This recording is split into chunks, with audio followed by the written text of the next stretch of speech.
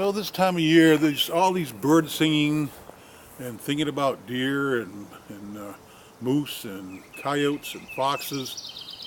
This time of year, there are literally more living, breathing things in New Hampshire, and indeed all of New England, than in any time of the year.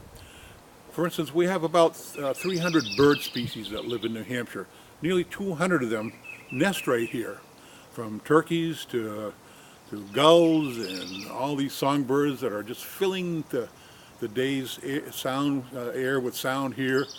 And, we have a dozen species of frogs and 10 or 8 or 10 of snakes and lizards. About a dozen of lizards, salamanders, not lizards, salamanders, and over 20, maybe 30 species of freshwater fish.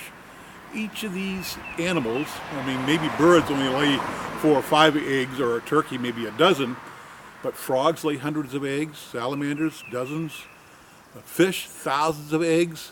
So all these are hatching right now in late May into June. Over the next 2 or 3 weeks, New Hampshire has 100,000 or 120,000 white-tailed deer.